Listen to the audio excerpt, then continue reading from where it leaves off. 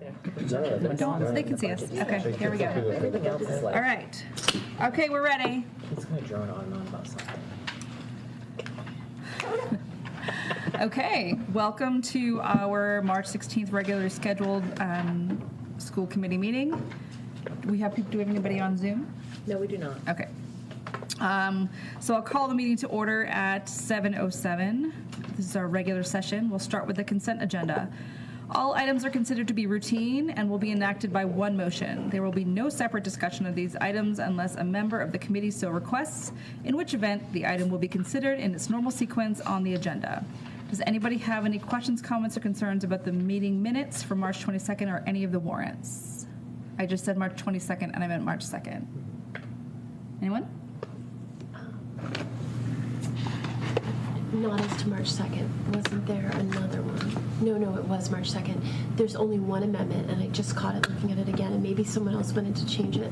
Should it say Chapter 70 funds, not Chapter 78 funds, right? Let me pull it up.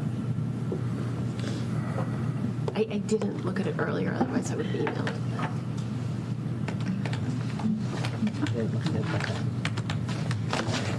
I read it and did not catch that. So good. I did read it, but I didn't either, so good eye.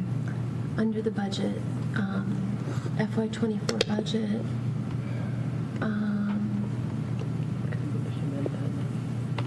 no, not under old business, new business, go up to budget. So under section Chapter C. 78 calculations, yeah, it should be 70. Yeah. Oh, I see. What C. number? Section 8, Part C, budget, it should say Chapter 70 calculations instead of 78. Okay, Keith is editing that now. Thank you. Thank you for catching that. Anything else? All right, I will entertain a motion to approve the consent agenda. Moved by Amanda. Seconded by Lisa. Moved by Amanda, seconded by Lisa. All in favor? All right. Communications. Our student representatives are not here tonight because they are at a fundraiser, did you say? This is Student Council? Yes, the Jack Winley basketball fundraiser for the scholarship. Great. Okay, school committee individual comments? I have one. Well, yeah, two. One, two. So I wanted to let just you know that I forwarded the resolutions that we had approved last meeting and heard back from Senator Spilka's office. Actually, heard back from everybody. Senator Spilka's office contacted me. James DeRosa and I had a back and forth, and even Governor Healy's responded. So that's nice.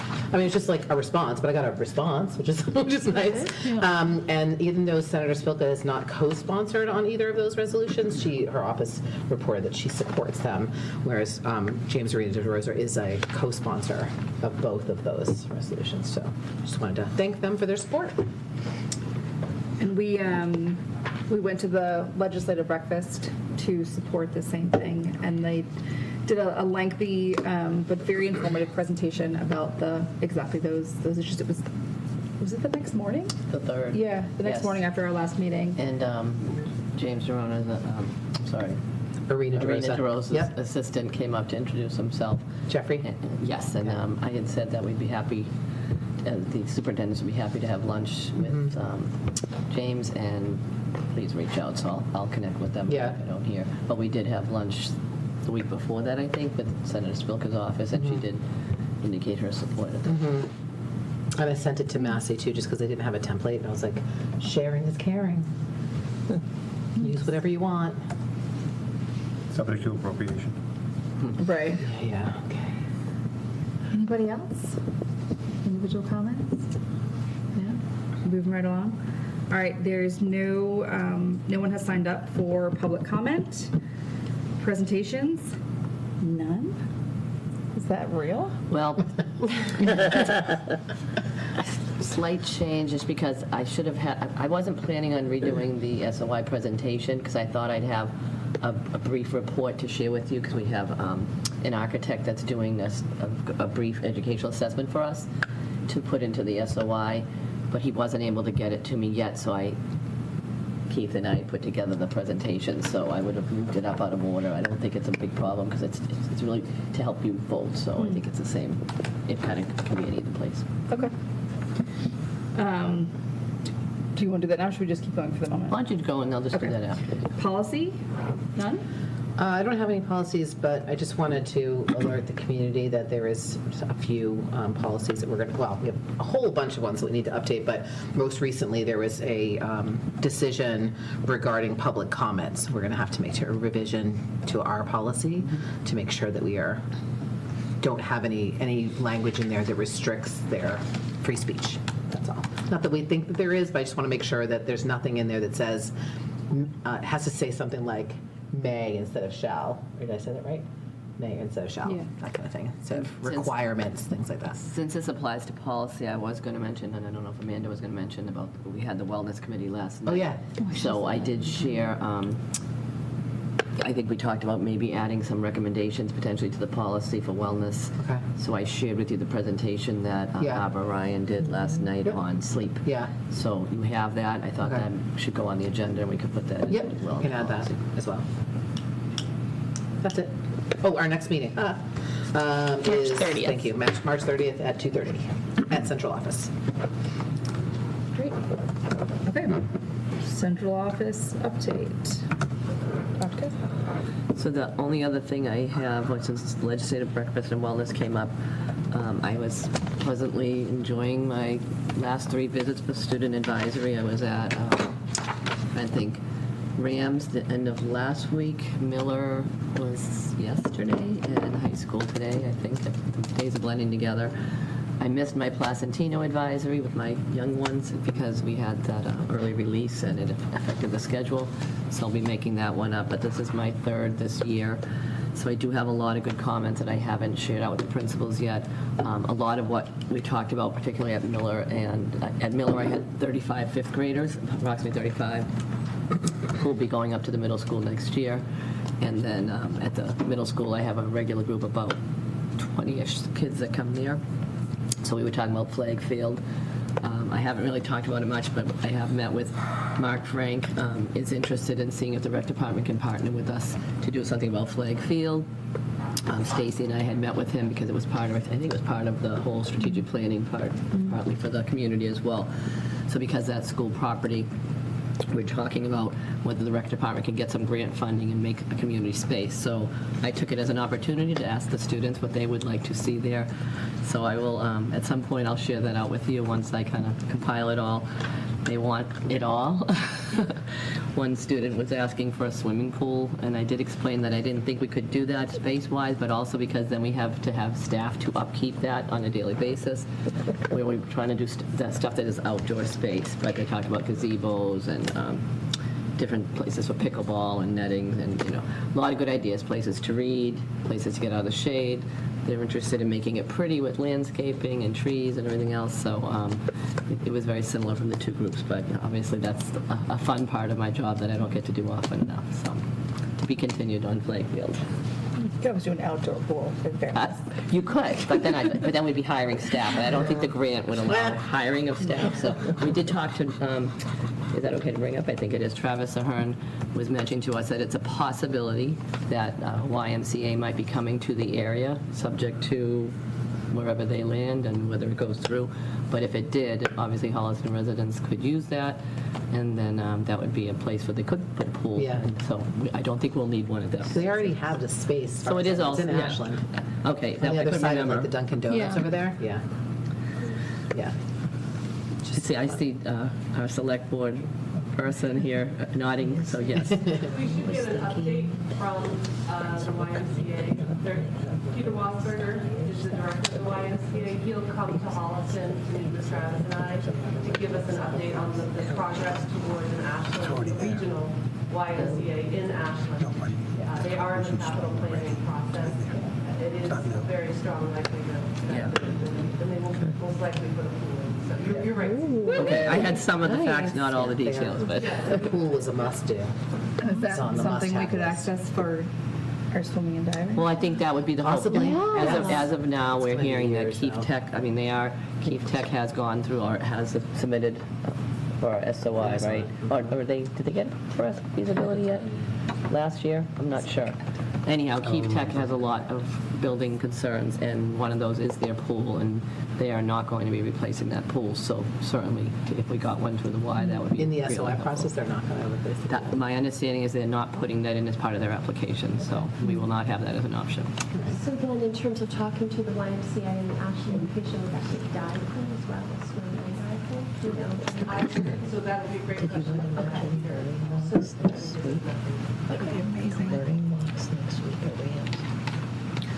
Oh, and one more thing. I think I mentioned at the last meeting that we've started our learning walks again, trying to ease back in after COVID. So, again, because of COVID, we missed one of them, didn't we? I mean, not COVID, on Snow. the delay that day. We missed one. Yes, it's snow. Oh, snow delay, yes, sorry. I'm getting out between early dismissal, snow delay. One was the delay, one was the dismissal. So, as you know, it's getting harder and harder to reschedule these things, but we'll be going to Rams next week, and I think the week after we'll be hitting our Miller one, and we've done high school and Placentino, so that's been really great. I'm often in the classroom, but getting in with a team and kind of just seeing some of the great things going on there is always nice, and then sharing out together. So I'll share that at the next meeting as well. And that's it. Great, thank you. Yes, a huge shout out to all the teachers and curriculum coordinators that are continuing to do stage 1 work. New things have gone up since our last school committee meeting, so be on the lookout for that. At New Teachers Institute, both James Levasseur and Ida Pappas have been the last 2 New Teacher Institutes training our new teachers on stage 1, so they have a clear understanding of expectations and how they work that, and really giving them advice and being their coaches on that.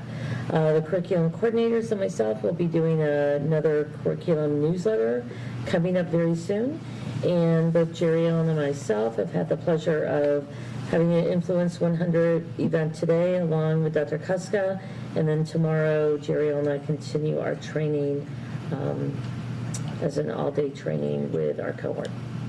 That's it. Great, thank you. Keith? Actually, we're not up and running. I do have a meeting, as long as Select Board Member Hine is here, with the Safe Routes to School people at 8 o'clock tomorrow morning at Adams. But I'm not sure what we're doing. Maybe you'd like to offer something, Tina? I'm not, we're meeting, are they just observing the opening or the start of a school day down there, or are we doing something more than that? I don't know if it includes an arrival assessment. I don't believe that's the main piece. It's a site walk. Okay. All right. And to determine existing conditions. Okay. All right, and that's one thing, and then I have a financial report that's contained in your packets that I'm trying to bring up. We're getting a fancy report. What's happening? Well, it's a memo. That sounds fancy. I see them. We'll take it. This one? That was in Yeah, I see it. I just didn't know he was going That to do should it on be the it. big thing. No, that's wireless. No, I'm not sure which one it is. Keep moving cables on There it is. There we are. Okay. So, contained in your packet is the, I gotta call it myself, but contained in your packet is the March financial report. We had a slight decrease in our budget balance for the year of $18,000 down to a $41,000 positive balance. Sub teachers are up as we would expect as the teacher payroll goes down, sub teachers go up. Some unplanned building maintenance that has been driving it. We had another situation with our elevators that it's not that the elevators are not working, because they are. This is there must be some sort of change, because we're not the only district that this is happening to. Some sort of change in some either regulation or inspection piece that we've never heard of before. Like the one from the start of the year was problems with the floors that look like they're fine and we can't fix them. It's like my maintenance. It's not like my maintenance staff can't tear up an old floor, get a particular tile and put it down, but they had to have somebody who was a certified elevator person do that. So it's just been an ongoing battle this this year. We've never had elevator issues before. I mean, we've been approved and permitted and et cetera, but they were back again in the last month finding something else that we've never heard of. But we didn't go down any days. We're up and running. It's all fine. And then the fire alarm situation, we know that we know there was a situation here at the high school. The superintendent reported that to you. Fire chief's been working on it. We've had to purchase some additional things for the controls. They were here last Friday. Yes, Friday, professional day. Setting off the alarms and following it around, and it was a noisy afternoon, we'll say here, but they've almost resolved everything. There's still one section that is inconsistent in its alarming of the fire alarm. What else? Our utility costs were actually, because of the warmer winter, improved a little bit, so good for us, as well as the rates were, the fuel oil rates have not been as bad as originally expected. Still over budget, but still. And again, there's some reclassifications we had talked about before and that were done, so that's balanced out some things. Otherwise, all things are okay right now, so. If they have any questions, we did have not a lengthy, but a discussion during budget stuff about that and about the individual items, and this is what it is. So, any questions? Good. Okay, thank you. There seems to be nothing for personnel. Subcommittees, communications. We had another set up office hours on Saturday, and we had a couple of people show up with some concerns, and we relayed those to Dr. Kuska, and we have our final office hours coming up Wednesday, March 29th, and this will be 7 to 8:30 p.m. by Zoom. Do we talk to Lisa DeLuzio about getting a link for that, and how do we send that out to people? If you're thinking you're going to have a large group, then you would use the town one usually, right? But I don't think you'd need that. You can probably you can schedule them yourself from the. No, do they have access anymore? Yeah. Lisa will do it. Lisa will do it. Okay, Lisa can do it. Some of us have the access. Yeah, I know. I forget who still has access. I do, but I don't. But how do we give it out to people? Send it via email, that's all. So have Dan do that? Ask Dan to do it? You could send it out as a reminder Yeah. with the Yep. link before that. Okay. And I was wondering, and it pertains to communications, if we are scheduled to vote a budget tonight, maybe we schedule a meeting before the 3:29 last office hours, and we communicate out the budget again, and include in that the Zoom link. We could try and get one more newsletter out. Or we could just Not get- before the 29th. Not, okay. So then we could just include the link again, which I think was in the old newsletter, and then include the link to the budget, and then include the office hours, the Zoom for the office hour? We also have a public budget hearing the first Thursday in May, so. Okay. So, okay, I understand. It's already done. It's already been advertised in the Metro West Daily News. Okay, it wasn't there. Yep. Keith, the date in April is? First Thursday. Oh, 6, sorry. Oh, my grandmother's April birthday. 6th is the budget hearing. Okay, thank you. In April, okay, you just said May. Did I say May? Yeah, I'm sorry. Yeah, you confused So I me. was like, I do not. I'm confusing have it in my myself. calendar. April 6th, my grandmother's Okay. birthday. So, 128. Like the root. All right, so I need to contact Lisa and Dan about that. Yeah, that's it for communications. Thank We'll you. probably have another communications meeting before April 6th, then? Or we'll work on scheduling it? Maybe. Okay. Yes. I gotta do superintendent evaluation too, so that's why I'm non-committal. Okay. Policy, still nothing. That I already Right. gave my update already, so. Budget. We just had a meeting on March 14th. And we went through the FY23 budget update, what Keith just had put up with the memo and the $18,000 decrease. We had another discussion about the FY24 recommended operations budget and capital. We talked a little bit about the facilities assessment, the SOI, and we made a motion to approve or recommend the FY24 operations budget as recommended by Dr. Kuska. So we voted to recommend that to you, both the operations budget and the capital, and I guess we'll get into further discussion about that now, or once we get to that item, right?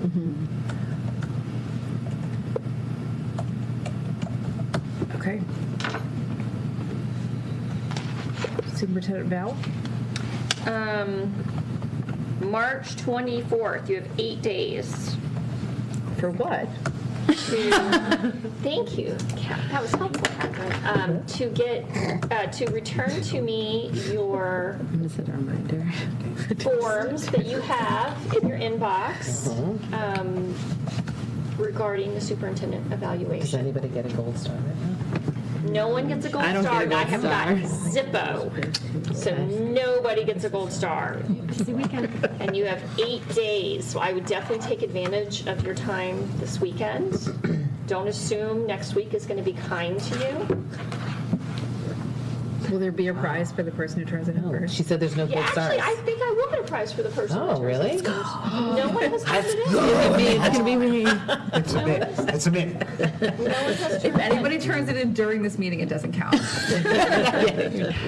And then after that, our next meetings will be, I think it's April 4th and 11th. Yeah, 4th and 11th are the 2 meetings when we will be processing all of that good stuff. Don't put it off. 8 days.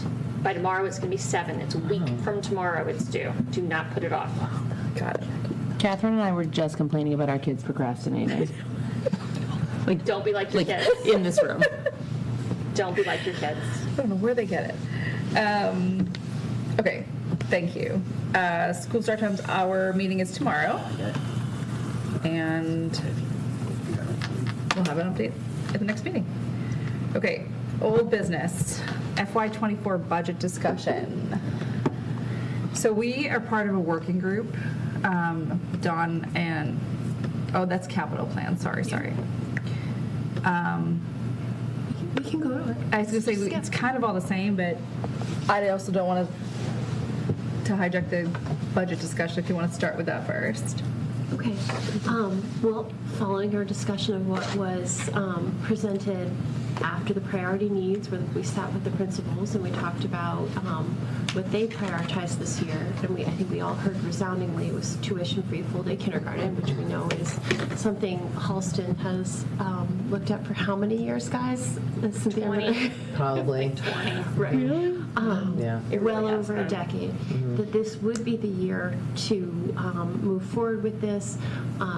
You know, it's one of the good things that came out of the pandemic, in that we were able to institute this, and now this becomes part of our full budget. So, level services, just rolling over into FY24, brings us at a 2 point, again, It says 2.66 on the screen, is that not right? 2.66%, Okay. yes.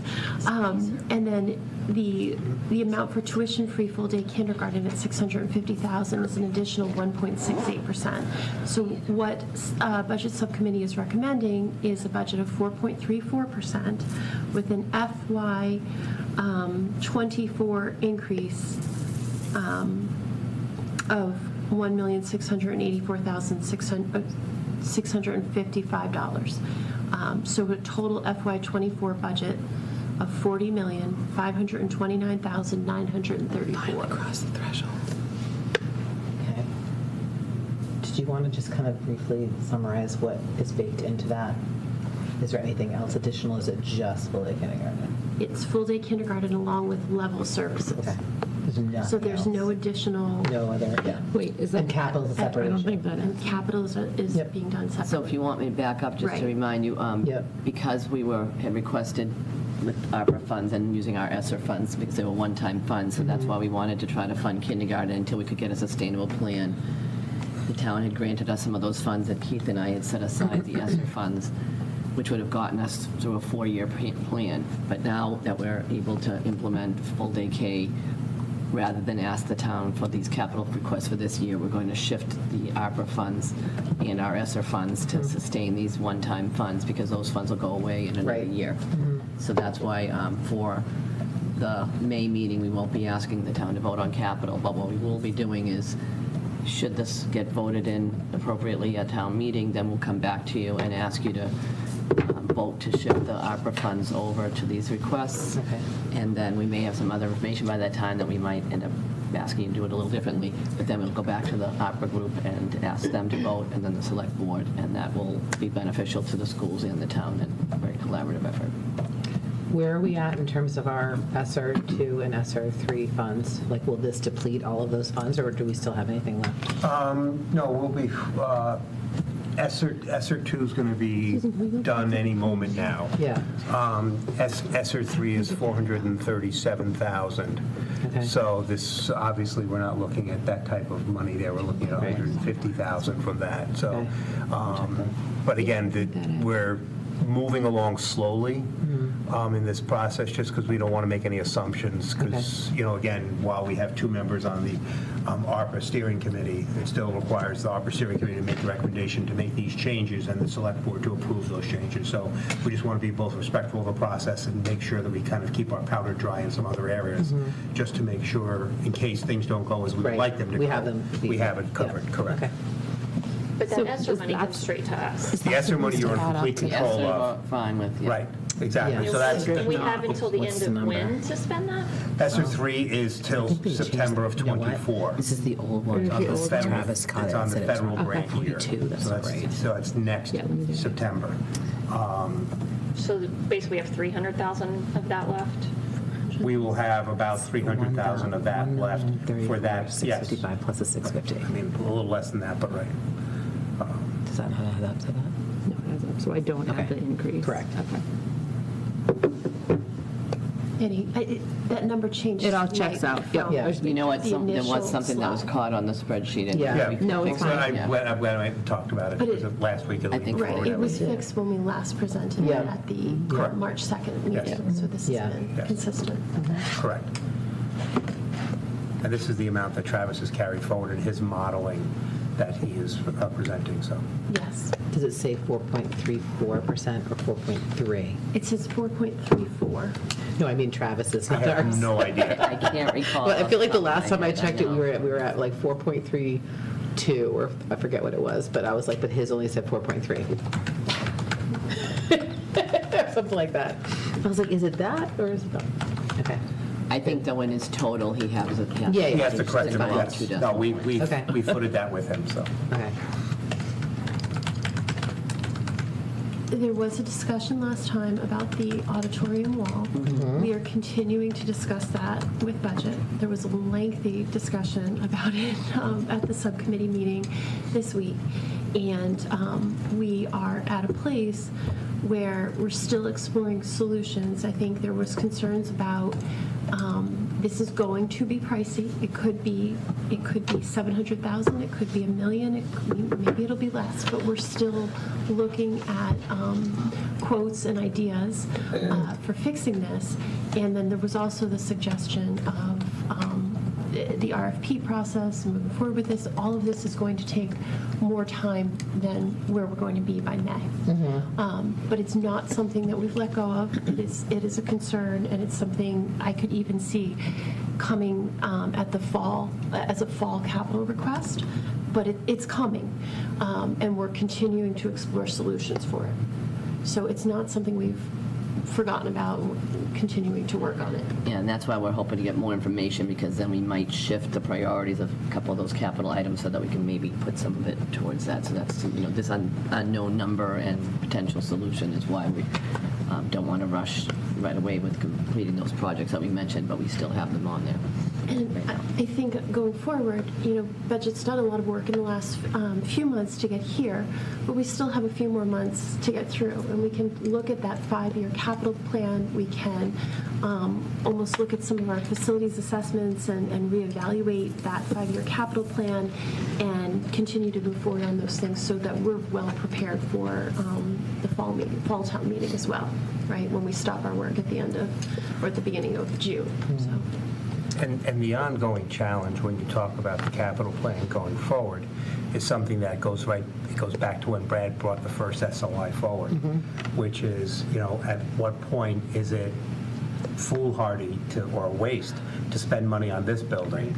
There's $10 million in projects, $10+ million in projects involved with this, potential projects involved with this building.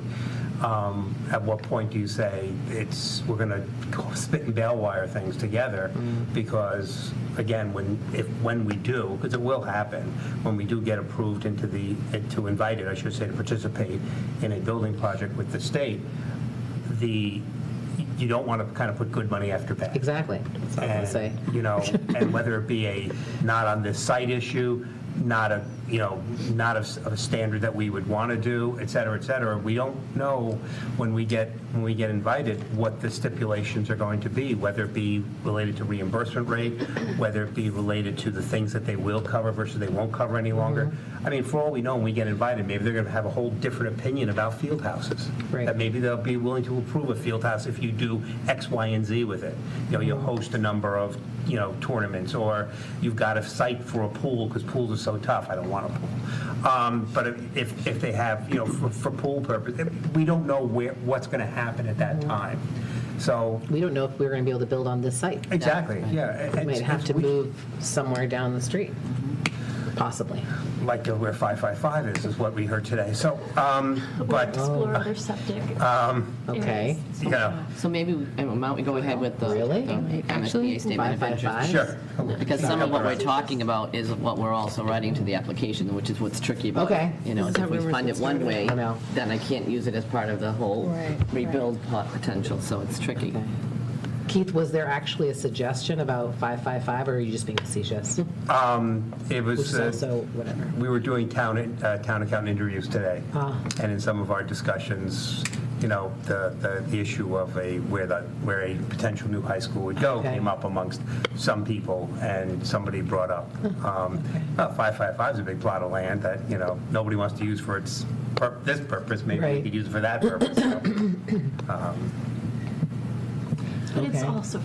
also, I mean, until we have an assessment, we don't know. No. what we're Correct. doing in this area. Correct. No, it's And just to be fair, because we've had this conversation about how long the SOI would take, and I think they're estimating, even if we're approved in the next year or two, we may not break ground for, It could be about a 5-year process. That's what I've seen Yeah. typically with the ones I've been involved in. plus another year before you even hear. So Right.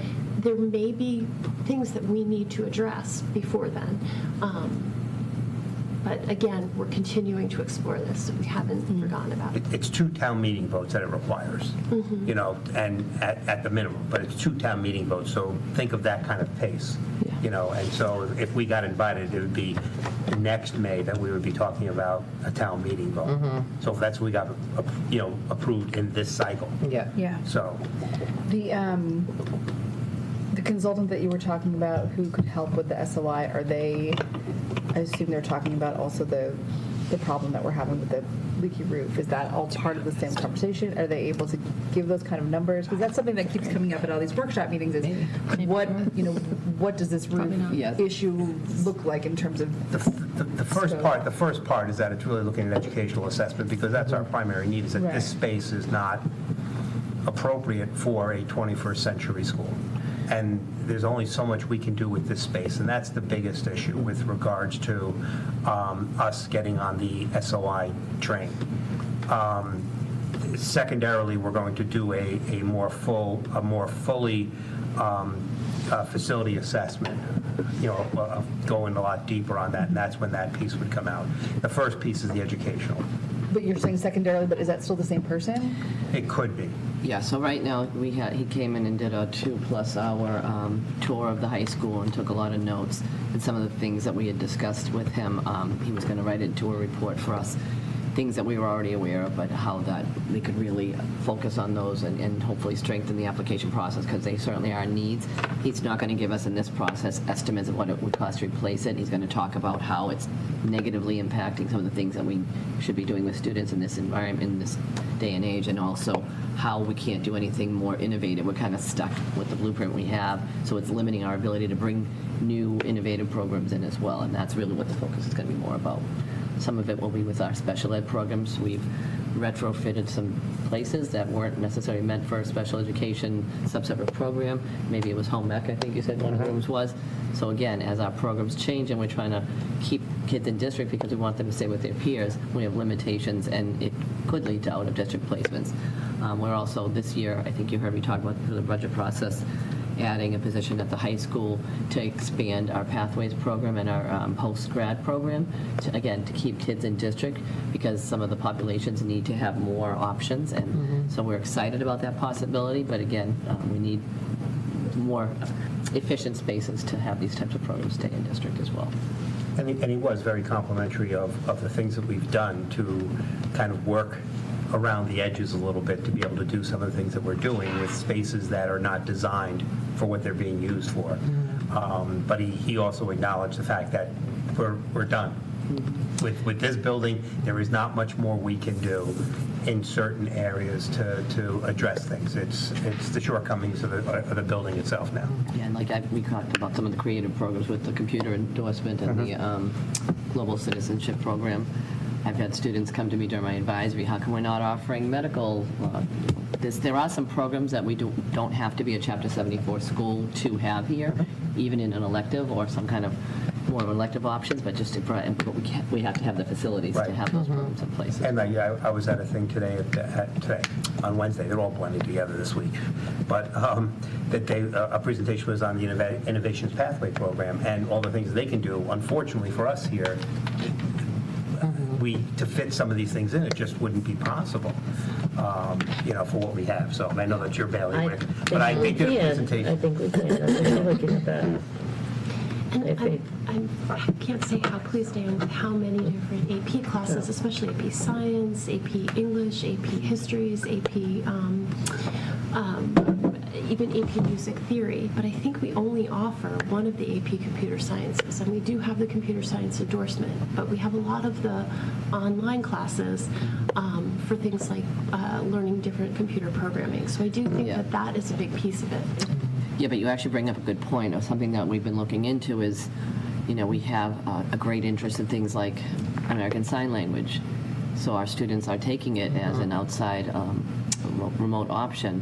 To me, if there's that much interest, we should be building that program. Yep. So that might be something I'd come to like for 60-something kids staffing doing in the that. future. However, we know what our priorities are right now, and then also, are we going to have spaces to do some of these other programs? But I certainly, that would be one that I would totally, because I think we have about 50 students that are taking it right now, but that's two full classes at least if you have to hire a teacher for that. So. It's probably more expensive to do the online at this point.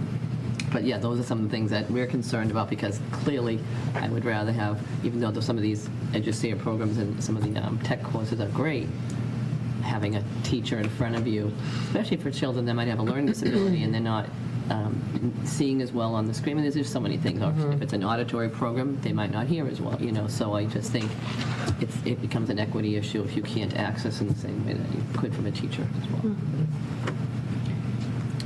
All right, so I'm going to move on to. Well, before we sorry. I was just going to say, before we go into the SOI vote, the capital plan stuff that Travis sent us. So we had a working group meeting on Before we Friday. jump to capital, if we were still talking about budget, are we going to vote it too? Or are we at that? Yeah, I was going to say, before I do this, do you want to vote the budget? I think we need to vote the Okay. budget and then get to those other two items. You know me, I rush ahead. That's my MO. All right, so I'll put that screen up again. All right, so there's the number that you're voting.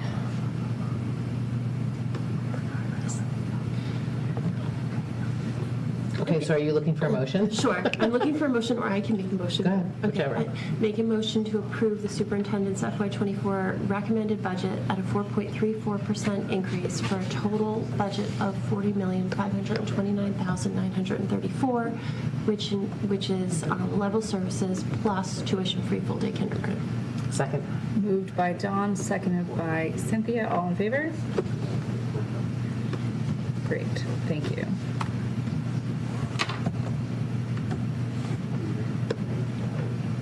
All right, so what I was going to say before I was going to have Keith just sort of give us a little umbrella structure for understanding what was sent to us. So Dawn and myself and Keith and Susan are in this capital working group for the town.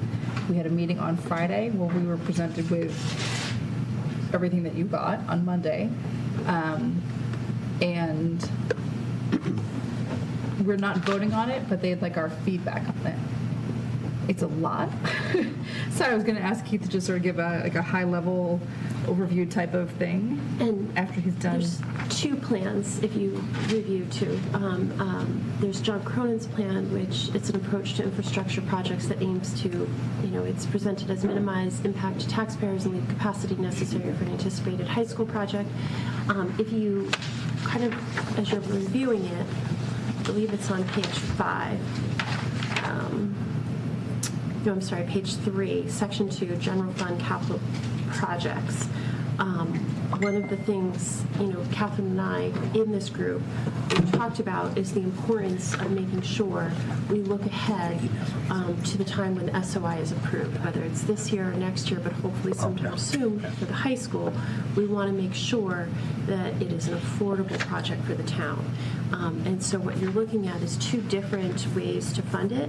Dan Alfred with FinCom had also proposed an adjustment on the funding that splits the DPW facility between excluded and non-excluded debt. So I'm going to kind of leave the specifics to Keith, just by way of introduction.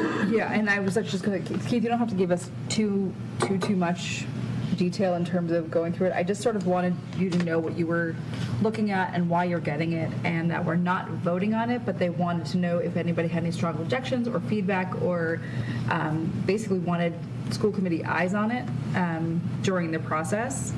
And we told them that, if we got it on Monday, that it was a lot to ask everybody to look at it and digest it and, give feedback by Thursday. So we're giving it to you and asking you to look at it, and then if you have feedback, if you could send it to me or Dawn, and then I'll compile it and send it along. And if you don't have feedback, that's fine too. But they just really want to make sure that we were a part of the conversation and in the loop. And just so everyone knows, it was emailed by Travis on March 14th. Did you want to say anything? It's and I'm not sure what you guys were saying. I was collecting Boy Scout emails to send to the agenda. It's just two different ways of figuring out what mechanisms to use to take the debt, to use the debt, or to request the debt. One was going to be more impactful on the appropriation, the debt service and appropriation. One was going to be less. It's also trying to minimize the impact on taxpayers while not impacting the projects that are probably going to be occurring before we get to a school project. So it's a balance between multiple projects going on, sidewalk projects, DPW projects, and obviously the school project, and add to that, again, just trying to minimize the impact on the public, because again, the school project is going to dwarf the other projects. Right, we can't blow off any of those other projects Exactly. either. No, exactly. For the maybe of what happens here. So I Exactly. think it's important. I'm glad that they're moving forward and saying, let's put a plan together to do this, because we can't just let all the other infrastructure and other issues kind of fall by the wayside while we sit for the maybe, but we actually have to deal with all of them. Like, Correct. that's- Absolutely. So I appreciate that they're moving forward with that, because I don't think that we should be held hostage by, Correct. this one. I know it's a significant project, but this is what the town needs. And Right. And I think it's great that multiple sets of eyes are looking at the Yeah. impact on the public and looking at it through multiple mechanisms of doing the borrowing. That being said, they're not, in no way, shape, or form are they saying that we're off the table. In no way, shape, or form are they saying anything that I would view as negative towards the schools. And I think from your all perspective, and me being a taxpayer in this town as well, the two plans just approach it slightly differently. And I think that, I think what Cynthia was saying, that these projects, keep the town moving forward, are important to have out there. And when we roll in, hopefully everything will line up so it's not as impactful. If for some reason we get lucky and we get on the track earlier, it's still not all up front. It's still not all the next year. It's Yeah. still X years out. So again, there's things that we can plan around, and again, debt eventually gets paid off. It goes away. You can And so- see in the schedule that we are retiring a lot of our debt. We're moving in that Exactly. direction. And so again, I think that this is one of those things that I don't think they asked for a vote, correct? They weren't asking for a vote. No, no, no, they just So need to it's make sure just that everybody. Collective head nod. Right, right. And, saying, And again, it goes to town meeting. And in terms of Right. the projects, just to make sure, read through the memo. The first one is the DPW facility, currently estimated at $30 million. The second one is Norfolk Street water mains, roadways, sidewalk, and drainage rehab and construction, And I went to those which comes to about a $9 million estimate. Then there's the Central Street, priority 2 is the Central Street water mains, roadways, and sidewalk rehab. Is the Central Street water mains, roadways, and sidewalk rehab, and that's another $3.6 million. And then priority 3 is Goulding Street, water mains, roadway, and sidewalk rehab, and that's another $3.7. And then you'll see a breakdown of where the funding would come from. For example, with the DPW facility, it was $7.1 million cash from the capital expenditure fund, and then $22,884,000 from an excluded borrowing authorization, right? So you just kind of want to break through or read through the memo to see where they were looking to get the funding sources for this, and then how long that would take. And then on page 3, under general fund and capital projects, it kind of gives you an overview of the 5-year capital plan for the town, and talks about other needs. And you can see right there, the larger capital needs include the high school statement of interest to the MSBA.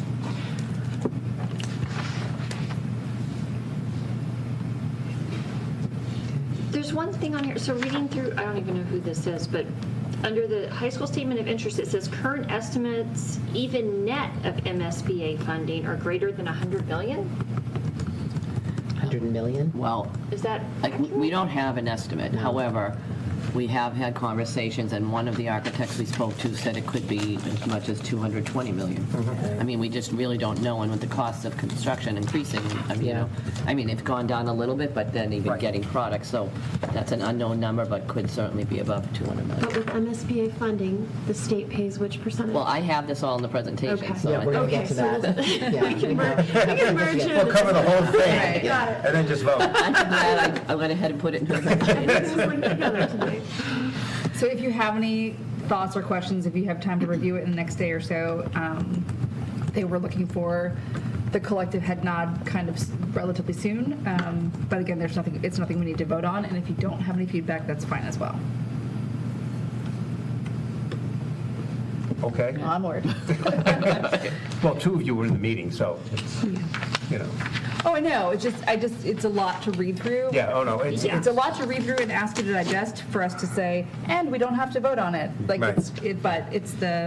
and kudos to Travis for making this all like on the table so we can talk about Yeah, plan A, that's plan B, plan C, D, E, F, and G. All right. So I got a few slides here that I given you some of this information before, but we've added a few different things this year, just as we're trying to, again, look at every angle that we need to address with the potential new high school. So, as of right now, we're looking at a building that was built in 1969, and then it was renovated in 2001.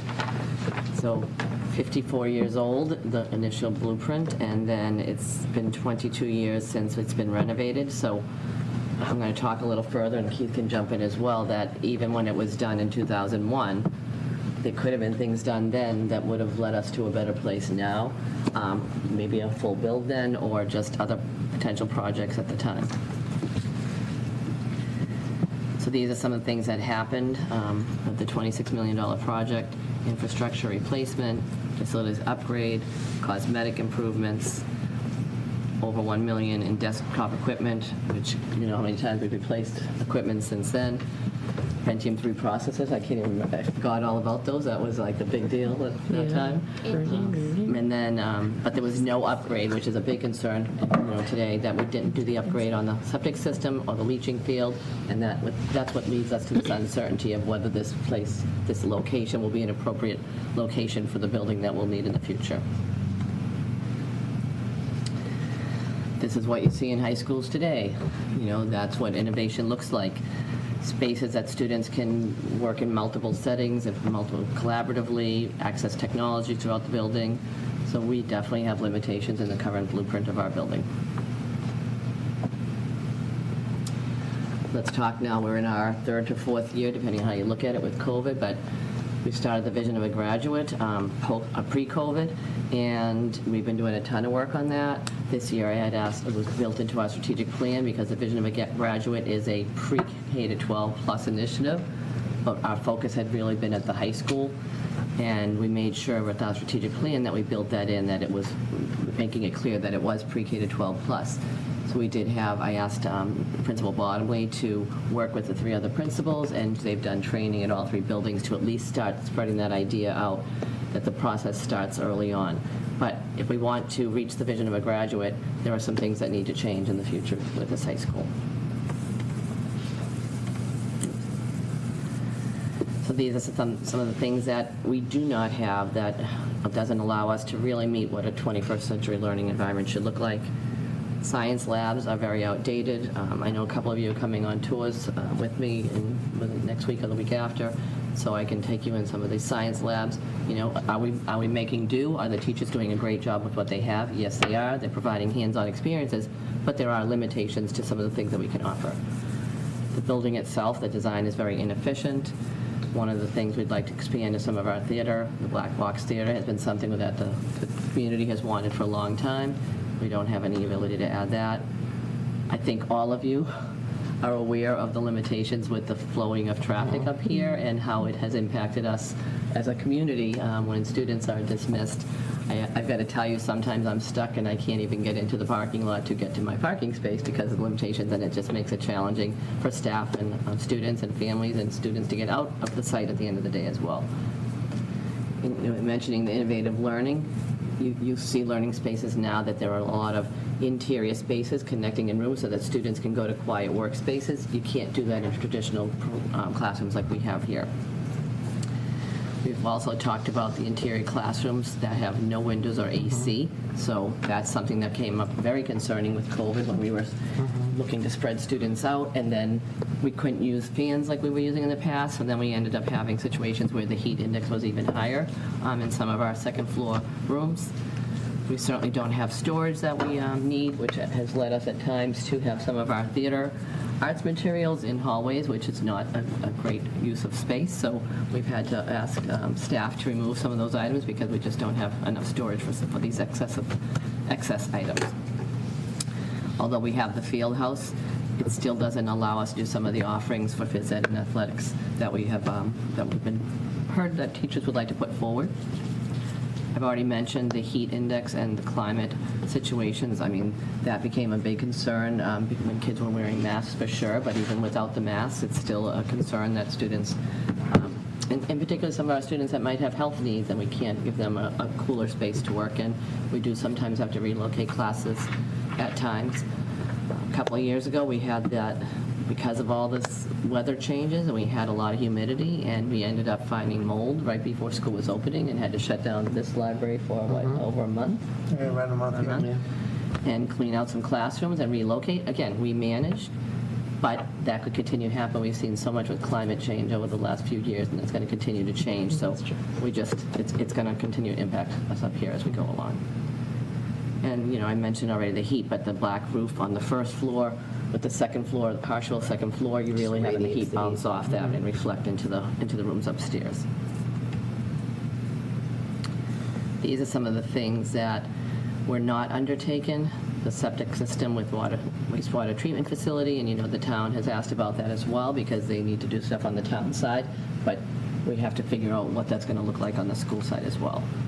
We've already talked about that exterior auditorium wall. Again, we don't know, but a possible cost could be well over $1 million until we can find someone that can do an adequate estimate for us. We don't know that.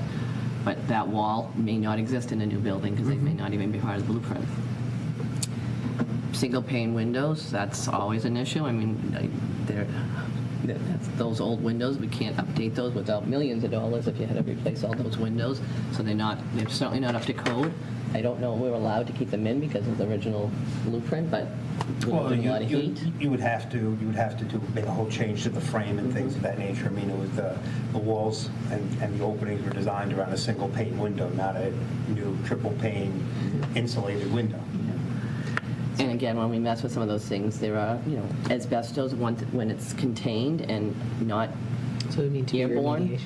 remediated. Exactly, we would have to remediate, but right now, if it's contained, you don't have to do anything about it. But if you start moving anything here and start opening up walls or opening up window spaces and building frames, then you would be releasing potentially asbestos, and that gets into thousands and thousands of dollars. We've had projects in some of my old other buildings, and that's been, it could cause a shutdown of a building.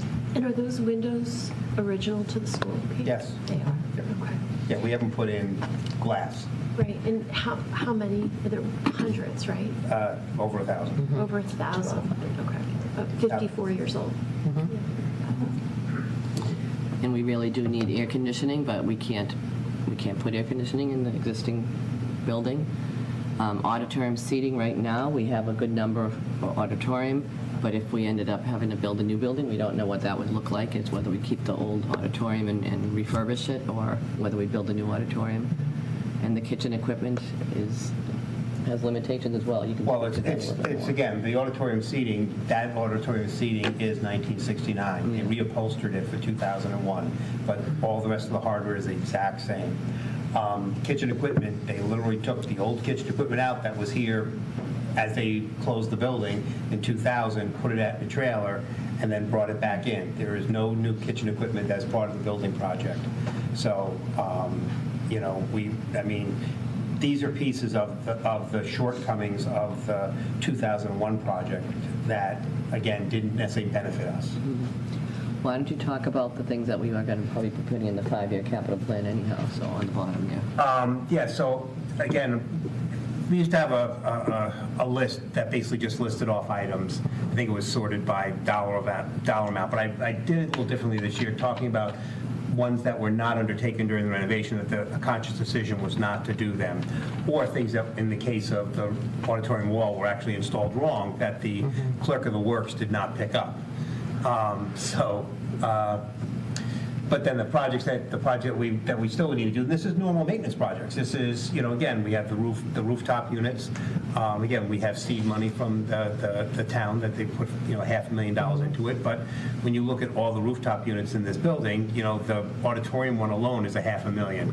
Add into it another dozen units, and not all that big, obviously, but it's going to add up and get close to $1 million at the end of the day. Replacing the roof, you're looking at, if you're looking at replacing the membrane, you're looking at there, so it's going to be another $1 million, especially with all the penetrations we have. We're going to leave this building as is, all the penetrations we have based around the science wing, which does not have exterior rooms. Look at a satellite view of our building, and you will see things popping up through our science wing that when you look at other high schools, they don't have, because of exterior walls. They have other ways of moving out the air when they need to evacuate the air, not the building. And again, boilers, at some point they will. will die. Boilers do die, they do have a lifespan, they're not dead yet, so, but again, you're looking at that'd be a project that'd be taken under here. Remove/replace all the floor tiles. Now, I will say this, because I was here during this, we went from a Tuesday night or a Wednesday night of concrete floors to a Wednesday morning or Thursday morning, I can't remember which day it was midweek, of having a completely tiled school. Overnight, they did this. The mastic is supposed to cure for 24 hours. We didn't quite have, unless there was something like some change in the way clocks work, we didn't have 24 hours overnight. So that's why over time, we've had problems with floor tiles popping up and things like that over time, as well as they're going to do that naturally anyway, but we've been at a higher rate. So, but that's the reason for that. We talked about doing turf on our capital 5-year plan, is to have turf practice fields. Virtually every district, every school is going to turf fields. When you have turf practice fields, which many schools have now, you gain back that disadvantage that we have when people have to practice on grass and then play on turf. So, field house walls, bleachers, and synthetic floor and track. Which you look at the field house walls I'm talking about is the movable walls, the walls that go up and down that take our 3 gyms, our 3 full court basketball court gym, and drive it and put it into 3 sections as opposed to 1 big section. Again, that's going to die at some point. That hardware is actually original to, not original to the building, but original before the building project. It wasn't upgraded with the building project. What year is that? Because it was Russia watching it really come out of sense. I'm going to guess it's about 1990 that was put in. I lost my spot. Bleachers, the field house bleachers. It's when after I'd been here for probably maybe 2 years. It might have been in my first year still. We were having problems with the bleachers. Contacted the manufacturer. Manufacturer came down. He's up in New Hampshire. Came down. Said, "These are the bleachers you're talking about?" Yeah. Says, "You bought these?" Yeah. Says, "I got to tell you something. I won't sell them. Low bid gets you the lowest priced item. He won't sell them because they're not durable. They're not this. They're not that. Our maintenance crew every year reattaches this, re-engineers that, et cetera, et cetera." We've taken 2 or 3 out of inventory and parted them out when we could not repair them any longer. But eventually, we're going to have to replace those as well. I have an old quote for those. Synthetic floor. At some point, the Mondo is going to go the way of the dodo. We were lucky enough to partner with youth basketball to be able to change the yellow Mondo in the middle. For those of you that remember the old yellow Mondo, I have a section of it at home. In my garden. It's not the green monster. I cut it, it was going to the dumpster. I cut a section out for myself. Sure.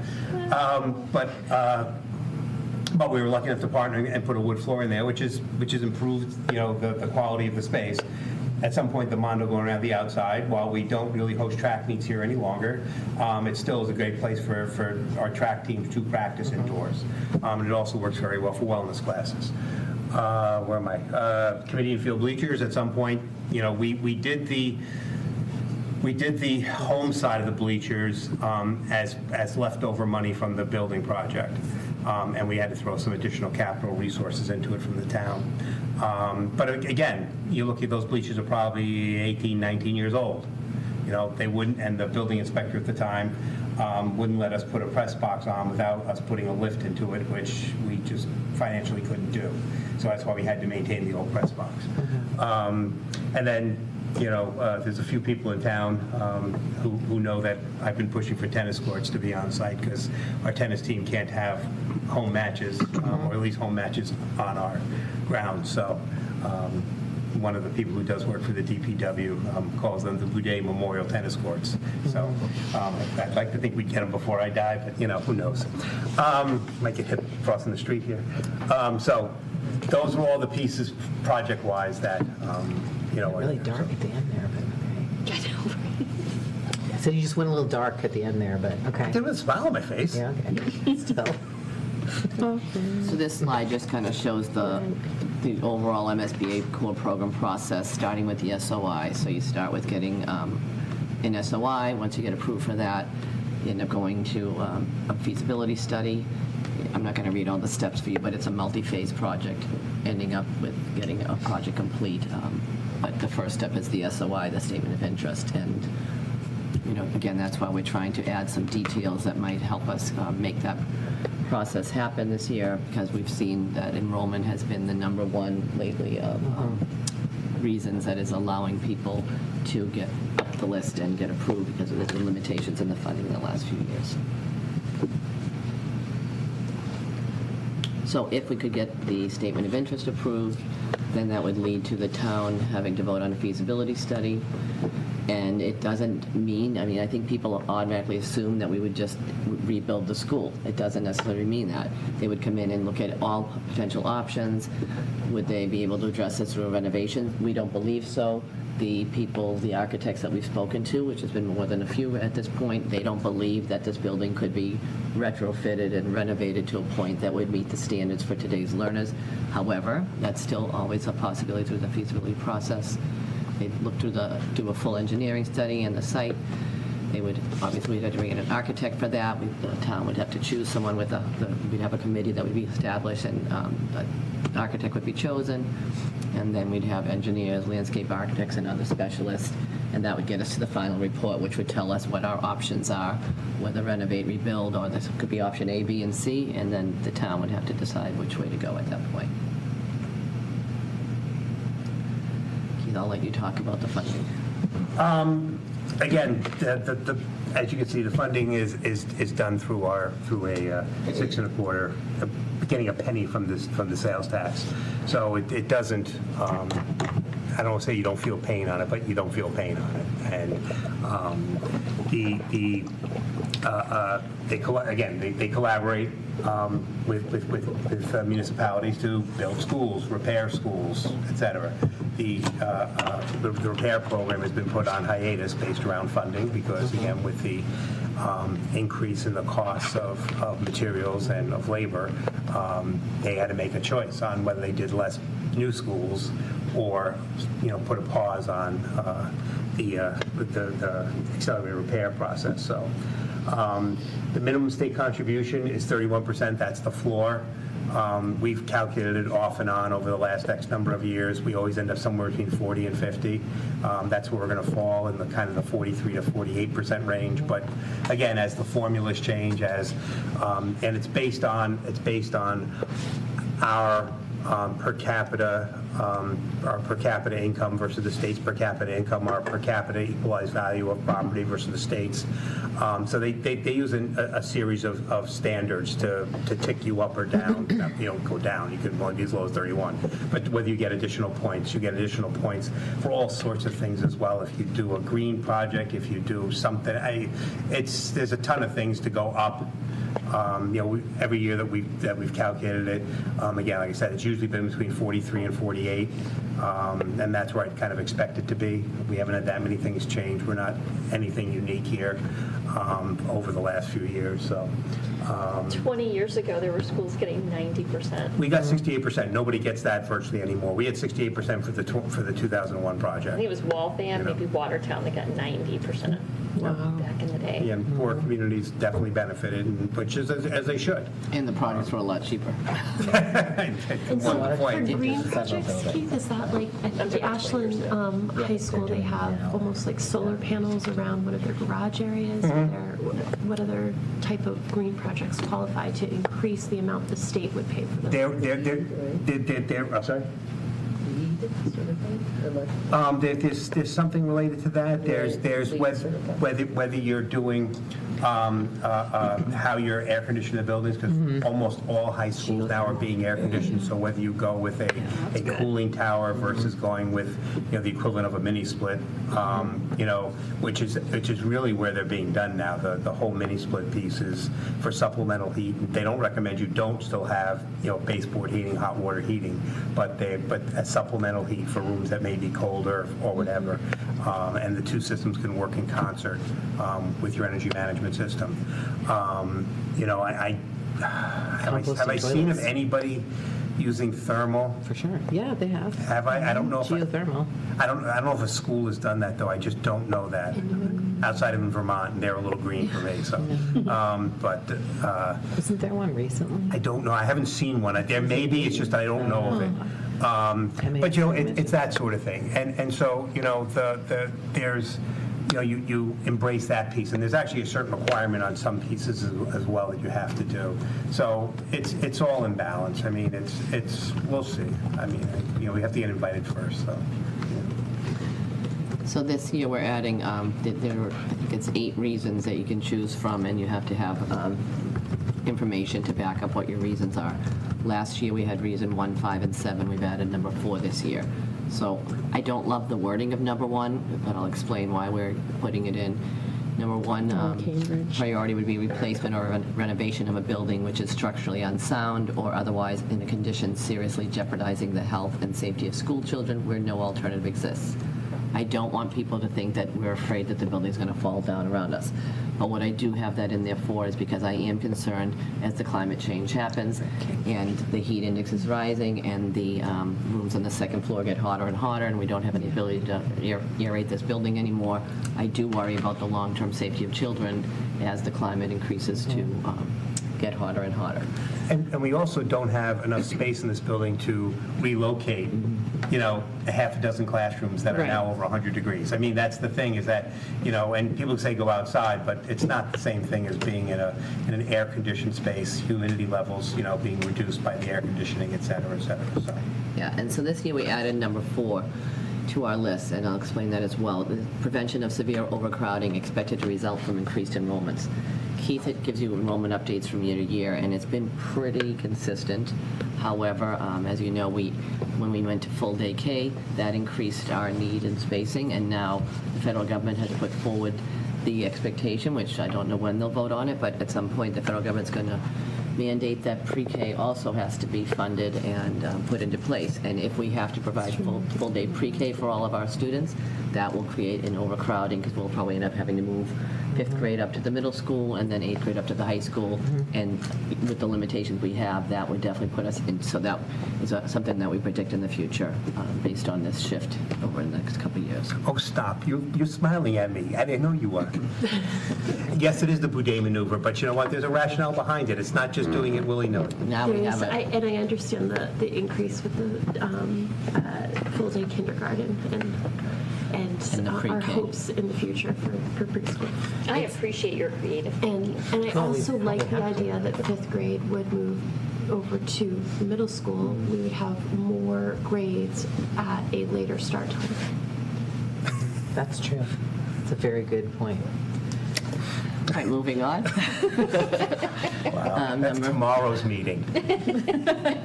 Number 5 is replacement, renovation, or modernization of school facility systems such as roofs, windows, boilers, heating and ventilation systems to increase energy conservation and decrease energy-related costs in a school facility. And Keith's already gone through that list, the single-pane windows, the HVAC systems that are aging out, the roofs, the walls, there's, you name it, every one of those items you can tick off for this building. Yeah. And then finally, we're prioritizing number 7, replacement of or addition to obsolete buildings in order to provide for a full range of programs consistent with state and approved local requirements. And this is the one that I wanted that educational assessment for, because we do believe and we know that we do have some obsolete settings, and that the only way to increase our offerings and be able to build programs that students need for college and career success is to get a new building in place. We don't, everyone that we've spoken to does not believe there's anything that you could do to renovate this to get us up to speed for all of that. It would be a rebuild. So in preparation for the facilities assessment that we're going to be continuing to have and to look at like our 5-year capital plan, as to number 5, will we put in things like specificity as to the age of the roof and how it's beyond its life expectancy, the 1,000 windows that we have that are 54 years old, kind of like that many of these things are beyond life expectancy, Yeah. right? Okay. Yeah, so Keith's going to help me. We're going to write that together and really itemize all of that and make it very clear as well. I mean, because the age is easy to determine. I mean, everything was new in 2001 of those items, the physical components. All right, so when we write the statement of interest, it's the statement of the problem, it's not giving a solution, again, that's part of the feasibility study that would tell us what the potential solutions are. There's no cost to putting in an SOI, and it's also, you don't want to get off of that process. This would be our 4th SOI that's been written. 2 were written before me. No, 1. Was it 1? And this is my 3rd? I think it's our fifth. This is our 5th. 5th, there were 2. Okay, so this is my 3rd, and 2 were written before that, so 5. But if you skipped a year, it could very well take you off that process, and you're starting all over. So clearly, we need to do this. And it does require the school committee to vote to authorize me to submit this, and April 14th is the deadline. So I'll take questions if you have them right now before we talk about what because I'd have to have you read the vote from the script that I have attached here if you're ready for that.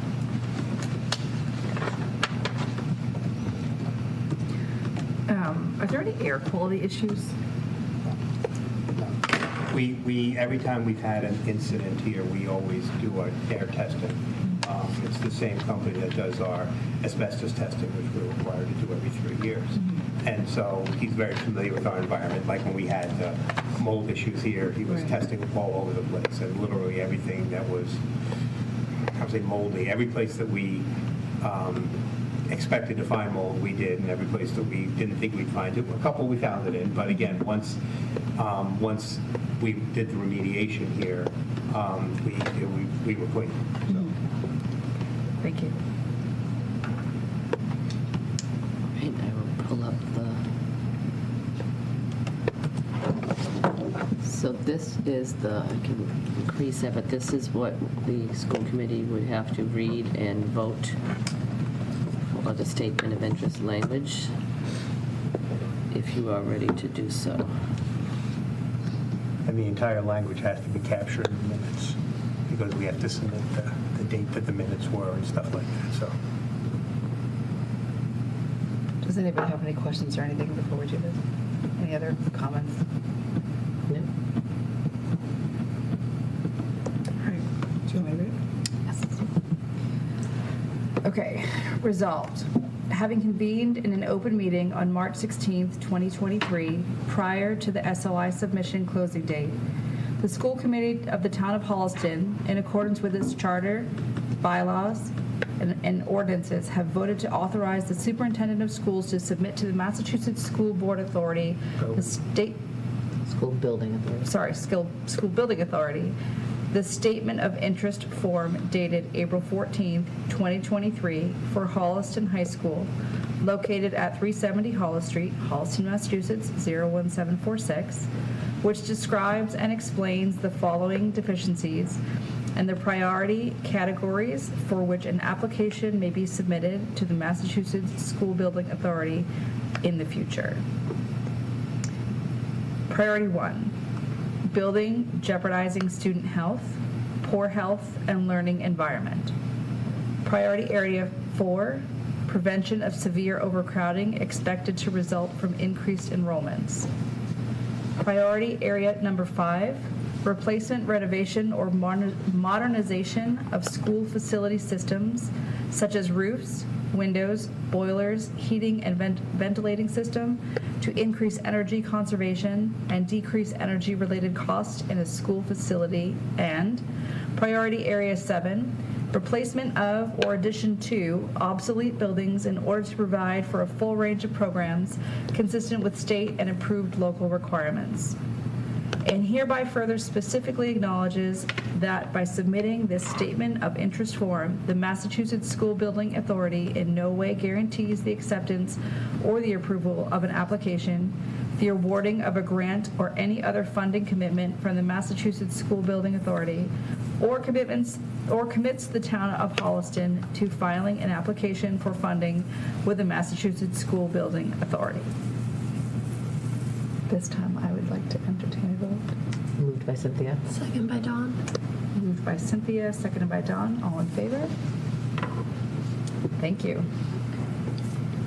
Can I I just want to throw in quickly on the priority area number 4, the prevention of overcrowding. Can we also include the part where, as part of our plan for next year, increasing staffing for special ed programs and to develop our programs, because our goal is that we'll be able to keep more of our students in district, in our building here at the high school, and so that also contributes to our expected overcrowding. Yeah, and we're planning on doing that, but I'm also hoping Dennis Daly is going to give us some robust wording for that as well. Perfect. And then we might see that architecture education assessment report prior to submission. That's my hope, 'cause Okay. I'm not going to finalize it since I have a little time. We're going to start it, but we're going to wait and see if we can get some more Okay, to add thank to you. that. So then as soon as I have that, I can share that out. Is he coming back again, or are you just waiting for his report? Just a report. I don't mean just, I'm sure it's Right, extensive. no, it's, well, he has to come back again because he has all my building plans. But, yes, no, it is. And then when will this be presented to the select board? Because we need their vote as well. Yes, so I think I had already given a date to Travis it's not what's the next meeting after March 20th? 27th? I think we talked about the April meeting. Is it the 2nd? 5th. You know, 3rd. I- 5th. Yeah, I think it was the first April meeting that we talked about, but I have to confirm. Give you a number. I'm lost. First week of April, Somewhere. okay? All week. Okay. Thank you. And thank you, because I know this is an enormous amount of work, so the future students of the new Holliston High School appreciate your work. So, And we'll love the Boudet Memorial Tennis Courts when they Thank get you. here. Didn't have to say memorial, but that's all right. You said memorial. Just saying what somebody's told me. I'm it wasn't. repeating your words. They are not my words, they are your words. Next item is the overnight field trip for DECA. In your packet is the, yes, so I asked Taryn Lang to give me some details, but you have the overnight field trip request Thank form you. in there Oh, that yes. details, and I didn't think she needed to present again since she shared so much information Yeah. the last time and has already done the state field trip. So this is the information. They'll be going to Orlando.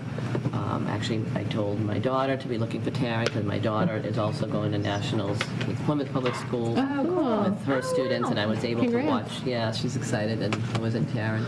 They actually live streamed, so I couldn't go into Boston for this, but I did watch the kids getting their awards, so I saw our students get called up, and they were all dressed so lovely because part of this program is to have dress them professionally and get them prepared for interviewing and presenting, and that's why this program is so great because it really prepares them for the real world after high school as well. Maybe she goes as a chaperone. I might have to watch my grandson. So there are 2 chaperones attending. Cost is $1,100 per student. They're responsible for the cost for fundraising. Competition aligns to the vision of the graduate 21st century learning skills. The itinerary is there. They're going to be doing competitions at Disney and DECA Universal Night. They'll fly out of Logan to Orlando, and they're staying at the Hilton in Orlando. I'm going to share with you. Friday, the 21st is April. But It's the the next end. Yeah, Thursday. End of the it does vacation, go- I know. I was That's like, the I think it's unfortunate, it doesn't line That's a up. It bummer. goes- I So think they'll it miss goes it a couple Wednesday, weeks, yeah. yeah. And so- this was subsequent to last Friday night was their competition, right? So Yes, their they state were there competition. Thursday, Friday, and then Saturday was the awards. They were giving the awards out until about noontime on Saturday, so. So I this mean, is for nationals then? Nationals, absolutely. So she yes. expects Great. 9 to 11 kids? Wow. That's how many were, that got moved forward Yeah, and yeah. qualified. So that's why it's not, it depends on if all of them may not go financially or something, if they Yeah. don't fundraise Okay. for it. so. can we find out, or do you know what their projects were? Like, I would just love to know what Let me awards see what they she got shared and with what me. they- I asked her to give me some information that I could share with you tonight. So she wants to seek approval for the upcoming national trip in Orlando. They had 11 out of the 29 competitors moving to the international, which is awesome. And it's what, is this third year or second year? I think it's only the second year. Second, because we had COVID and then, yeah. Right. So this is obviously a great experience for them to network and build their skills and prepare them for life. They learn time management, strengthening communication, building community partnerships thrilled for this opportunity to represent the high school in their second year. It says right there, second year competition. So they'll fly in on Friday, get settled. Obviously, there's going to be a little fun involved, going to Disney, state meetings, competitions, ceremonies, and events throughout Tuesday. But they have And to be there closing Tuesday night.